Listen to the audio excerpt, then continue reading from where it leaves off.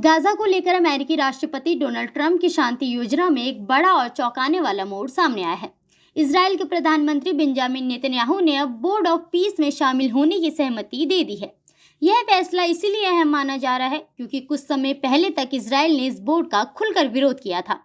Israel सरकार का कहना था कि बोर्ड ऑफ पीस के गठन से पहले उससे कोई सलाह नहीं ली गई और इसकी संरचना इजराइल की नीतियों से मेल नहीं खाती।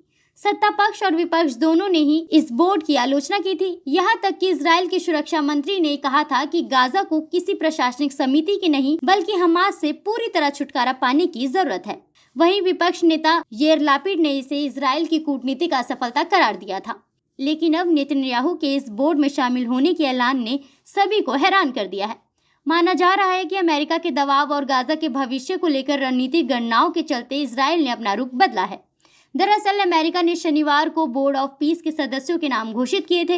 इस सूची में टर्की के विदेश मंत्री, कतर के प्रतिनिधि, ब्रिटेन के पूर्व प्रधानमंत्री और ट्रंप के दामाद जैरेड कुशनर जैसे नाम शामिल हैं। टर्की और कतर की मौजूदगी को लेकर इजराइल पहले ही आपत्ति जता चुका था। अब सवाल यह है कि आखिर बोर्ड ऑफ पीस है क्या? व्हाइट हाउस के मुताबिक बोर्ड ऑफ पीस अमेरिकी राष्ट्रपति डोनाल्ड ट्रंप की 20 सूत्रीय गाजा शांति योजना को लागू करने के लिए बनाया गया एक अंतर्राष्ट्रीय स्तर है।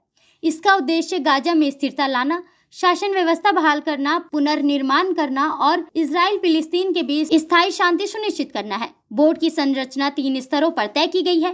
पहला, संस्थापक कार्यकारी परिषद, जो सबसे शीर्ष निकाय है। इसकी अध्यक्षता खुद डोनाल्ड ट्रंप करेंगे और उनके पास सभी फैसलों पर वीटो का अधिकार होगा। इसमें अमेरिकी विदेश मंत्री मार्को रूबियो, विशेष दूत स्टीव विटकॉफ, जैरेड कुशनर और विश्व बैंक अध्यक्ष अजय बंगा जैसे नाम शामिल है। दूसरा, गाजा कार्यकारी बोर्ड, जिसमें टर्की, कतर, मिस्र और यूएई के प्रतिनिधि होंगे। यह बोर्ड जमीनी स्तर पर सामान्य व्यय और प्रशासनिक काम देखेगा। तीसरा, गाजा प्रशासन के लिए राष्ट्रीय समिति यानी एनसीएजी, जिसमें फिलिस्तीन तकनीकी विशेषज्ञ शामिल होंगे। यह समिति स्वास्थ्य, शिक्षा व वित्त जैसी स्थानीय सेवाओं का प्रबंधन करेगी। इस बीच बोर्ड ऑफ पीस को लेकर संयुक्त राष्ट्र की प्रतिक्रिया भी सामने आई। यूएन का कहना है कि वह कई अंतर्राष्ट्रीय और क्षेत्रीय संगठनों के साथ मिलकर काम करता आया है। बोर्ड का स्वरूप साफ होने के बाद ही उसके साथ रिश्तों पर फैसला लिया जाएगा। डोनाल्ड ट्रंप खुद कह चुके हैं कि बोर्ड ऑफ पीस भविष्य में संयुक्त राष्ट्र का विकल्प बन सकता है। हालांकि उन्होंने यह भी कहा कि यूएन को जारी रखना चाहिए। ट्रंप का दावा है कि उन्होंने अपने दूसरे कार्यकाल के पहले साल में 8 युद्ध सुलझाए, जिनमें संयुक्त राष्ट्र की कोई भूमिका नहीं रही। फिलहाल ट्रंप ने भारत, पाकिस्तान, रूस, जर्मनी और फ्रांस समेत करीब 60 देशों को इस बोर्ड में शामिल होने का न्योता भेजा है।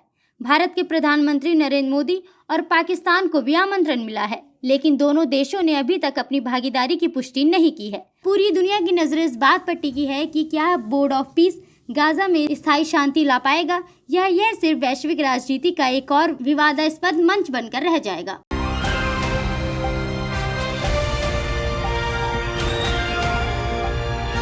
दिल्ली, हरियाणा, उत्तर प्रदेश, राजस्थान की हर खबर के साथ देखते रहिए न्यू इंडिया न्यूज नेटवर्क।